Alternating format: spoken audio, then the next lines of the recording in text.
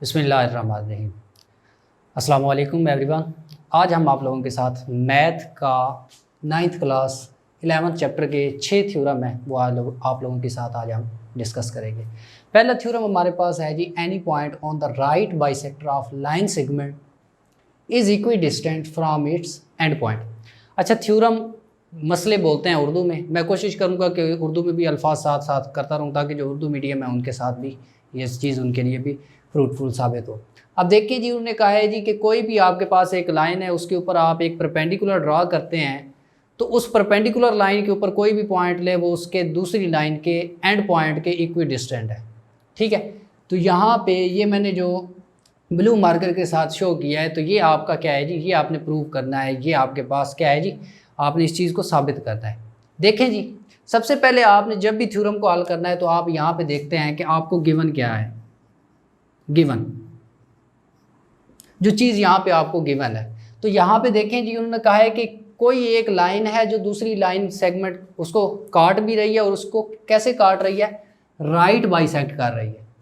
Right bisect करने का मतलब ये है कि वो उसको दो बराबर हिस्सों में तकसीम भी कर रही है और उसके साथ 90 का एंगल भी बना रही है। तो मैं यहाँ पे साथ साथ वो आपके साथ ड्रा भी करूँगा और हर चीज़ आपको शो करवाऊँगा। देखें जी, सबसे पहले गिवन में क्या है जी, आपके पास एक लाइन ए बी है।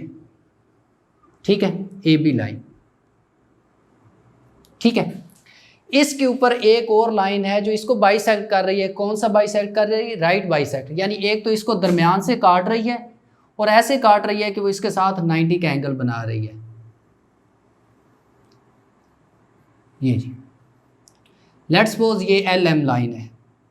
ठीक है, ये तो यहाँ पे गिवन में आप क्या कहेंगे कि लाइन एल एम, लाइन को ये ऊपर बार लगा दी जाती है कि ये लाइन को शो कर रहा है। Line L M is perpendicular to A B, यानी यहाँ पे जो एंगल बनेगा वो 90 का है। ठीक हो गया। और दूसरी बात क्या है कि आपके पास ये इसको दो बराबर हिस्सों में तकसीम कर रही है। जिस पॉइंट पे ये एक दूसरे को कता कर रहे हैं, काट रहे हैं, इंटरसेक्ट कर रहे हैं, उस पॉइंट को लेट्स सपोज मैं सी कह देता हूँ। तो यहाँ पे एक चीज़ आपने लिख देनी है कि ए सी, ये वाली लेंथ आपकी नियरली इक्वल हो गई बी सी। ठीक हो गया। दोनों आपकी शर्तें आपको गिवन, ये आपने गिवन में लिख देना है। प्रूव क्या करना है आपने, to prove, second term to prove. जो चीज़ आपने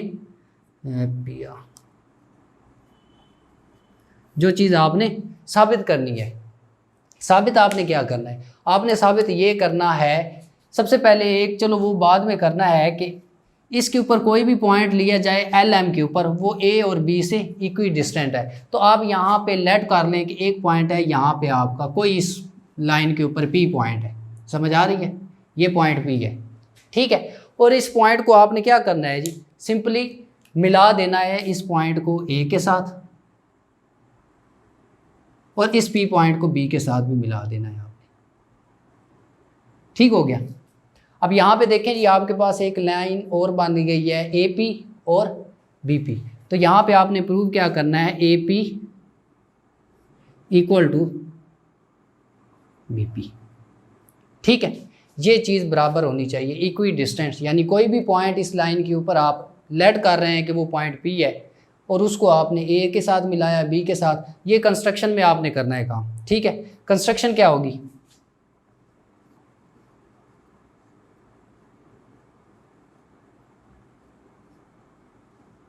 क्या काम किया है आपने, सिंपली पी को ए के साथ मिलाया है, पी को बी के साथ मिलाया है। तो यहाँ पे आपने लिख देना है जॉइंट पी विद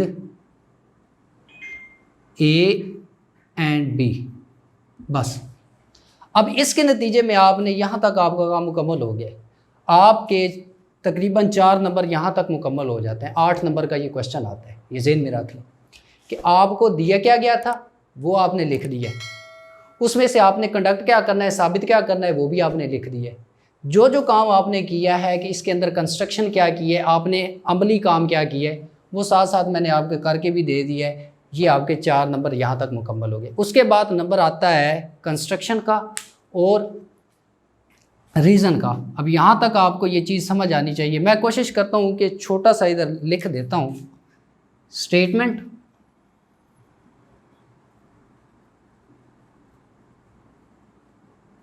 और यहाँ पे आपने रीज़न देने। आपकी बुक में आपने देखा भी है कुछ ना कुछ उसी हिसाब से, ये लाजमी देखेंगे। आपने स्टेटमेंट्स भी देनी है, उसके हिसाब से आपने रीज़न देना है कि जो आप स्टेटमेंट दे रहे हैं क्या वो सही है या गलत है। तो अब ज़रा देखें जी, आपने फिगर को देख लेना है कि आपको क्या चीज़ नज़र आ रही है। अच्छा, जो कंस्ट्रक्शन आपने की है, जो चीज़ आपको गिवन है, उसके हिसाब से आपके पास जो सामने इमेज बन गई है उसको आपने देखना है कि क्या क्या चीज़ बन गई है। देखिए जी, यहाँ से आपके पास आपको नज़र आ रहा है कि एक ट्राइंगल आपके पास ये वाली बन गई और दूसरी ट्राइंगल ये, ठीक है। अब ये नहीं देखना कि राइट एंगल ट्राइंगल बनी है या जो भी, तो दो ट्राइंगल आपके पास बन गई हैं। एक ट्राइंगल आपके पास बन गई है ACP, वो मुताबिकत रख रही है ट्राइंगल BCP के साथ, ठीक है। उर्दू मीडियम में इसको बोलते हैं जी मुताबिकत रखना, ठीक है। अब दो ट्राइंगल्स हैं, इन्हीं को आपने इसी के ऊपर सारी डिस्कशन करनी है। इसमें सबसे पहले आपके पास क्या आएगा जी, सबसे पहली स्टेटमेंट आपने देनी है PC is equal to PC। इस ट्राइंगल में देखें जी, ये PC है, तो इस ट्राइंगल नंबर 1 इसको अगर मैं नाम दे दूं और इसको ट्राइंगल नंबर 2 नाम दे दूं, ये वाली, तो ये ट्राइंगल 1 और 2 में क्या है जी, कॉमन है। जैसे दो एक दूसरे के साथ जुड़े हुए कमरे नहीं होते तो कॉमन उनके अंदर एक दीवार होती है, तो दीवार की क्या है, लेंथ जो कॉमन है वो बराबर है A के लिए B और B के लिए भी, 1 के लिए B और 2 के लिए भी। तो ये चीज़ आपके पास यहाँ पे रीज़न क्या आएगा, कॉमन है। दूसरी चीज़ आपने देखनी है, दूसरी चीज़ आपके पास क्या आएगी, वो ये देखें जी, ये AC BC के बराबर है, AC is equal to BC, और ये ज़हन में रखें कि क्यों लाइन है तो उसके ऊपर ये लाजमी लगाएं। अब AC BC के बराबर है, तो ये चीज़ कहाँ से आई है, तो ये चीज़ ऊपर आपके लिखी हुई है, किस में है जी, गिवन में है। तो आप यहाँ पे जो रीज़न देंगे वो आपके पास क्या आएगा, गिवन, ठीक हो गया। अब आखिरी चीज़ आपकी रह गई है, आखिरी चीज़ क्या है जी, आपने कहना है कि जो मेजर ऑफ एंगल है जी PCA या ACP वो किसके बराबर आएगा, BCP के। Measure of angle ACP is equal to measure of angle BCP। ACP यानी ये जो चीज़ दरमियान में आ रही है ना, यहाँ पे मैंने C लिखा है, तो C के ऊपर जो एंगल बन रहा है, यहाँ से ऊपर की तरफ जाएंगे वो एंगल और यहाँ से ये वाला एंगल बनेगा, दोनों बराबर हैं। ये क्या है, गलत नहीं कर गए, गलत नहीं जी, ठीक है। ये चीज़ ज़रा देखें, यहाँ पे हमने कहा है कि LM क्या है जी, AB के ऊपर परपेंडिकुलर है। परपेंडिकुलर का मतलब ये है कि दोनों का एंगल कितना आ रहा है जी, 90 का। मैंने आपको कहा था कि परपेंडिकुलर का मतलब क्या है जी, कि वो उसको 90 का एंगल बना रहा है। तो टोटल एक लाइन का एंगल होता है 180, तो 180 को हाफ कर दें तो हर साइड 90 बन गई। तो ये चीज़ यहाँ से आपके पास आ गई गिवन में। ले जी, आपके 4 नंबर और मुकम्मल होने वाले हैं।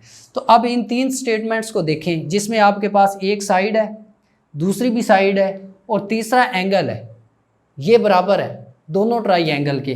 तो आखिर में नीचे जगह कम है तो लिहाजा मैं यहाँ पे लिख देता हूँ ताकि आपको ये स्टेटमेंट चल रही है और इधर आपके रीज़न चल रहे हैं, समझ आ गई ना। तो आखिर में आपने जो रिज़ल्ट इसके बाद लिखना है नीचे, वो ये लिख देना है आपने, सो ट्राइंगल कौन सी थी जी, ट्राइंगल कौन सी ली है हमने, ACP,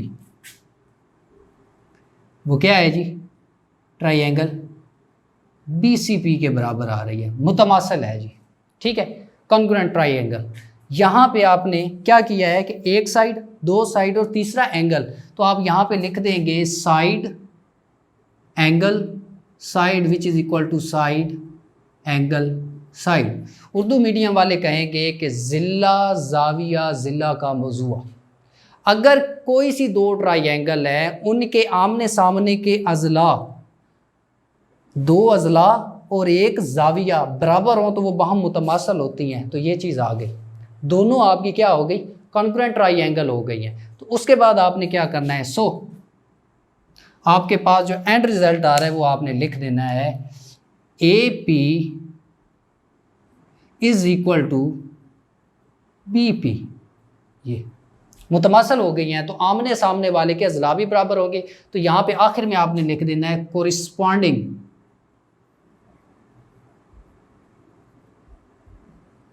साइड्स ऑफ कॉन्ग्रुएंट ट्राइएंगल्स। ये चीज़ आपने यही तो प्रूव नहीं करनी थी। ले जी, आपका पहला थ्योरम मुकम्मल हो गया है जी। ठीक है, तो यहाँ तक उम्मीद है आपको कुछ ना कुछ समझ आई होगी। इस तरीके से करेंगे, मेथड बनाएं, बाकी रट्टा लगाना है वो 2 मिनट बाद आपको हर चीज़ भूल जाएगी। ऐसे करेंगे स्टेप वाइज स्टेप, तो फिर आपको ज़्यादा आसानी होगी। बिल्कुल आसान है। छोटा हमारे पास जो थ्योरम है वो क्या कहता है जी, फर्स्ट थ्योरम का कह लें कि कन्वर्स ये है। ठीक है, कन्वर्स है, उसमें कहते हैं जी कि any point equi distant from and point of it a line segment is on the right bisector. अब ये चीज़ देख लें कि ये वाली चीज़ जो है ना, ये राइट बाइसेक्टर, ये आपने प्रूव करनी है। बाकी ऊपर जो आपके पास आ रहा है इक्वी डिस्टेंट, ये आपके पास गिवन है, ये चीज़ गिवन है। ठीक है, और ये आपने क्या करनी है, प्रूव करनी है। तो इसी चीज़ को आप देख लें, हमने गिवन में क्या लिखा है कि आपके पास एक लाइन ए बी है, लाइन, ठीक है, और सिंपली आपके पास पी सी, ये बाद में आपने कंस्ट्रक्शन में भी लिख लेना है। ठीक है, पी पॉइंट जो है इस लाइन के सिरों से मसावी उल फासला है, यानी पी ए बराबर आ रहा है पी बी के, ये हमने लिख दिया पी ए, इस लाइन के ये जो पॉइंट है इसके सिरों से मसावी उल फासला है, ये गिवन में आ गया। दूसरी चीज़ आपने प्रूव क्या करनी है कि ये आपके राइट बाइसेक्ट कर रही है, P is the right bisector A B के ऊपर P राइट बाइसेक्ट कर रहा है। राइट बाइसेक्ट का मतलब ये होता है कि ये इसको 2 बराबर हिस्सों में भी डिवाइड कर रहा है और दूसरा इसके ऊपर 90 का एंगल भी बना रहा है। ठीक है, अब ज़रा देखें जी, आपने कंस्ट्रक्शन करनी है। उसके बाद कंस्ट्रक्शन में क्या है जी कि आपने P को ज्वाइन कर दिया है C के साथ ऐसे ज्वाइन किया है कि C जो है ना ए बी का मिड पॉइंट है। मिड पॉइंट होने का मतलब ये है कि ए सी जो है वो बी सी के बराबर है। C is the mid point of A B. ठीक है, आप यहाँ पे ये भी लिख सकते हैं A C is equal to B C. Next हमारे पास आता है जी, देखें जी, हमारे पास 2 ट्राइएंगल बन गई हैं। एक ट्राइएंगल है जी ये वाली 1 और ये ट्राइएंगल है आपके पास 2।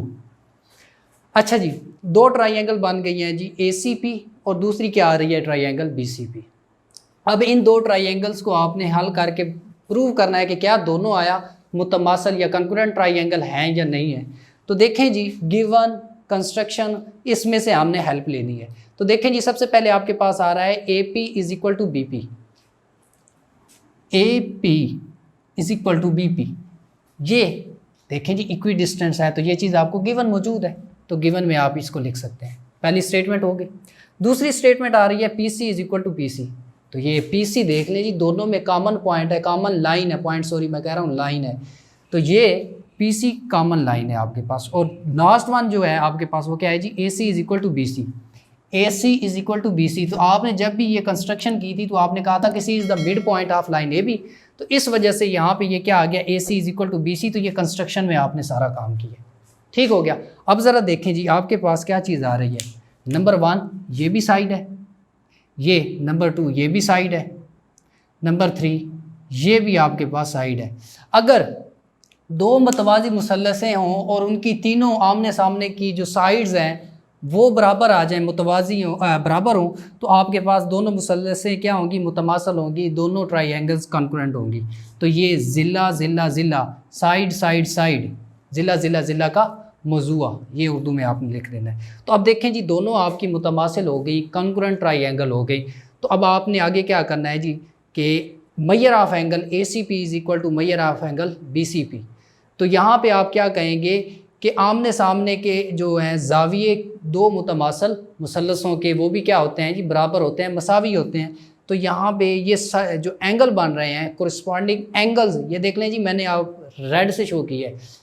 फर्स्ट वन जो किया था वहाँ पे हमने साइड लिखा था, ये चीज़ में भूलना नहीं है, अदरवाइज़ ये आपकी उन्होंने गलती निकाल लेनी है, क्योंकि ये मैयर ऑफ एंगल है, वहाँ पे साइड थी। तो एंगल कॉन्ग्रुएंट ट्राइएंगल के वो भी क्या होंगे, बराबर होंगे। तो अब मैंने आपको पहले भी बताया था कि ये जो एक लाइन है इसका टोटल एंगल होता है 180, ठीक हो गया, 180 है जी टोटल एंगल। तो 180 को 2 बराबर हिस्सों में डिवाइड कर दें, तो इधर 90 चला गया, 90 इधर आ गया। तो देखें जी, 2 बराबर इन दोनों का सम, यहाँ से यहाँ तक और यहाँ से यहाँ तक, टोटल 180 है। तो 2 बराबर हिस्सों में, क्योंकि दोनों बराबर है ना मैयर ऑफ एंगल, तो हर एंगल क्या होगा फिर, सम 180 है, तो हर एक दोनों क्योंकि बराबर हैं 90 का होगा। तो यहाँ से आपके पास दो चीज़ें आ गई, एक ये नंबर देखें ज़रा कि आपके पास ये थर्ड वाली और ये वाली, इसको मैं नाम दे देता हूँ थर्ड और इसका नाम रख देते हैं जी फोर्थ।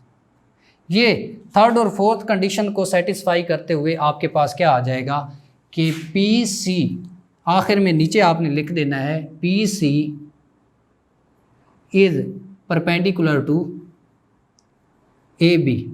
ठीक है, कंस्ट्रक्शन में आप कह चुके हैं कि दो बराबर हिस्सों में डिवाइड भी कर रही है और यहाँ से ये भी साबित हो गया कि एंगल भी क्या बना रही है 90 का। तो आखिर में आपने ये चीज़ लिख देनी है कि P point is right bisector on the line A B, P C is right bisector on the line A B. तो ये आखिर में आपने नीचे लिखना है, यहाँ पे नहीं लिखना, जगह काम थी इसलिए ये रीज़न में नहीं लिखना, ये वाली टर्म ये इसके नीचे आपने लिखना है। बस ये आपका सेकंड थ्योरम हो गया है मुकम्मल। नेक्स्ट हमारा है जी theorem 12.3, right bisector of sides of a triangle और कंकरेंट। यहाँ पे मैं एक चीज़ हाईलाइट कर रहा हूँ, ये सारा इस चीज़ को आपने पकड़ लिया ना, आपका थ्योरम आपको समझ आ जाएगा। अब देखें जी, आपके पास एक ट्राइएंगल है, यहाँ पे गिवन में आ गई ABC, हमने ट्राइएंगल ले ली। अभी मैंने इसके अंदर कंस्ट्रक्शन की नहीं है, मैंने ये सारा लिख लिया ताकि वक्त का जितना बचाव हो सके कर ले। अब ज़रा देखें जी, साइड के ऊपर आपने क्या करना है, बाइसेक्टर ड्रा करने हैं। कौन से? Right bisector. अब ज़रा देखें जी, साइड्स इसकी कौन कौन सी हैं। एक साइड आपके पास AB है, BC है और AC या CA, जो भी साइड ले ले, ठीक है ना। इसके ऊपर आपने सिर्फ तवज्जो रखनी है, तब जाके आपके जो कन्फ्यूजन है वो दूर हो जाएंगे। अब देखें जी, प्रूव आपने क्या करना है कि तमाम के तमाम राइट बाइसेक्टर क्या हैं जी, कंकरेंट है। कंकरेंट का मतलब क्या है जी कि एक पॉइंट पे जाके वो मिल रहे हैं, ठीक है। अब ज़रा देखें जी, कंस्ट्रक्शन में आपने राइट बाइसेक्टर ड्रा करने हैं। एक तो AB के ऊपर आपने राइट बाइसेक्टर ड्रा करना है जो इसके बिल्कुल दरमियान से गुजरे और इसको 90 के एंगल के ऊपर काटे। तो ये देखें जी, मैं यहाँ पे ऐसे ड्रा कर देता हूँ, ठीक है। आइडियल केस है नहीं तो मैं यहाँ पे फर्जी ही ले रहा हूँ। इसी तरीके से आपने BC के ऊपर भी राइट बाइसेक्टर ड्रा करना है, तो वो आपका ये कहीं बनेगा इधर, ठीक है। ये बन गया इसका राइट बाइसेक्टर। दोनों राइट बाइसेक्टर कहाँ पे मिल रहे हैं, जिस पॉइंट पे मिल रहे हैं उनको आपने क्या कह देना है जी, आपके पास ये point let's suppose O point पे दोनों मिल रहे हैं, ये इधर को आगे जा रहा है, ये इधर को आगे जा रहा है, समझ आ गई। O पॉइंट पे दोनों मिल गए तो आपने ड्रा किए राइट बाइसेक्टर AB ये वाला और BC के ऊपर ये वाला, BC के ऊपर ये राइट बाइसेक्टर आपने ड्रा किया, which meet at point O point पे वो मिल रहे हैं, ठीक है। अब आपने O को क्या कर दिया है, इस ट्राइएंगल के जितने भी ये जो कॉर्नर पॉइंट है A, B और C, इनके साथ आपने मिला देना है। जैसे O को मिला दिया है B के साथ, O को मिला देना है आपने A के साथ, और इसी तरीके से O को मिला देना है किसके साथ जी, C के साथ। देखें जी, आपकी बुक में बिल्कुल ऐसे ही है। तो आपने क्या किया, ज्वाइन कर दिया O को ABC जो भी कॉर्नर पॉइंट है उनके साथ। अब ज़रा देखें जी, आपने जो प्रूफ देने हैं, स्टेटमेंट्स देंगे, उनके रीज़न देंगे आप। आसान है, बड़ा आसान है। देखें जी, OA nearly equal to OB, ये वाली OA is nearly equal to OB। अब यहाँ पे देखें जी, हो क्या रहा है, दरअसल हो ये रहा है कि हमने AB के ऊपर परपेंडिकुलर ड्रा किया। तो थोड़ा रिवाइंड करें अपने दिमाग को। फर्स्ट थ्योरम जो आपने किया था उसमें आपने ये नहीं कहा था कि किसी भी राइट बाइसेक्टर के ऊपर कोई भी पॉइंट आप ले लें, वो उसके कॉर्नर पॉइंट या एंड पॉइंट से मसावियुल फासला यानी इक्वी डिस्टेंट होगा। तो यहाँ पे यही आपने रीज़न देना है, क्योंकि OA ये O जो कि एक पॉइंट लिया गया है परपेंडिकुलर राइट बाइसेक्टर के ऊपर, वो क्या होगा, उसके एंड पॉइंट A और B से मसावियुल फासला होगा। तो ये क्या है जी, OA becomes equal to OB, OA equal to OB। तो each point on the right bisector of segment is equidistance from its end point. ये फर्स्ट थ्योरम है आपका, इसको देखें, उसी हिसाब से आपका सारा होगा, ठीक है। नेक्स्ट चलते हैं जी, OB is nearly equal to OC। अब ये तरह देखें जी, आपने BC के ऊपर परपेंडिकुलर ड्रा किया, ये आइडियल है नहीं, बनता तो तकरीबन इधर को था थोड़ा सा, तो बहरहाल हमने ये बना दिया है, ठीक है। अब ज़रा देखें जी, BC के ऊपर ये परपेंडिकुलर ड्रा किया और उसके ऊपर आपने पॉइंट लिया है कोई O, यहाँ तक। ये पॉइंट जो है परपेंडिकुलर का वो उसके एंड पॉइंट से मसावी फासला होगा, तो वो आप पहले एक स्टेटमेंट दे चुके हैं एज इन वन, आप ये लिख दें। ठीक है, और नीचे आपने क्या किया है, अब ज़रा देखें जी, आपके पास 3 स्टेटमेंट है, बड़ी आसान है जी। अगर ए बी के बराबर हो, बी सी के बराबर हो, तो लाजमी बात है ए सी के बराबर आएगा। अगर ए ओ बी के बराबर है, ओ बी ओ सी के बराबर है, तो लाजमी बात है ओ ए ओ सी के बराबर होगा। तो आप यहाँ पे कहेंगे फ्राम 1 and 2, ये लिख दें, फ्राम 1 and 2, बस ये लिखें। अब ज़रा देखें जी, तीनों साइड यानी कॉर्नर पॉइंट से ये फासला बराबर है। तो अब ज़रा देखें जी, ये वाला फासला इस फासले के बराबर है, तो ओ क्या करेगा, ए सी के ऊपर परपेंडिकुलर ड्रा ना करेगा, नॉर्मल बाइसेक्टर के ऊपर कोई एक एंगल हो, एक पॉइंट होगा ओ वाला।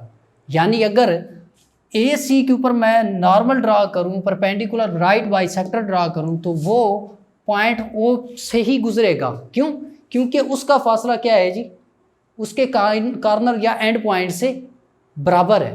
तो बराबर होने का मतलब ये है कि आपके पास, क्योंकि ओ जो है वो राइट बाइसेक्टर है ए बी और बी सी, ए बी और बी सी का, तो ये तो हमने कंस्ट्रक्शन में कर चुके हैं। लेकिन ये वाली जो चीज़ है आपके पास ओ ए ओ सी के बराबर है, ये वाला, तो ये आपका क्या इंडिकेट कर रहा है, आल्सो ये आपको इंडिकेट करके दे रहा है कि क्या है जी, ओ जो है आपका ये राइट बाइसेक्टर है ए सी के ऊपर। तो देयरफॉर आपके पास क्या आएगा, तमाम के तमाम राइट बाइसेक्टर क्या है जी, एक पॉइंट पे मिल रहे हैं। वो पॉइंट कौन सा है आपका, ओ पॉइंट है। ओ पॉइंट क्या होगा, वो पॉइंट ऑफ कंकरेंसी होगा, या आप ये कह सकते हैं कि तमाम की तमाम साइड्स के जो राइट बाइसेक्टर हैं वो क्या है जी, कंकरेंट है, यानी एक पॉइंट पे जाके वो मिल रहे हैं, इकट्ठे हो रहे हैं, मीट कर रहे हैं। तो ये था आपका थर्ड थ्योरम।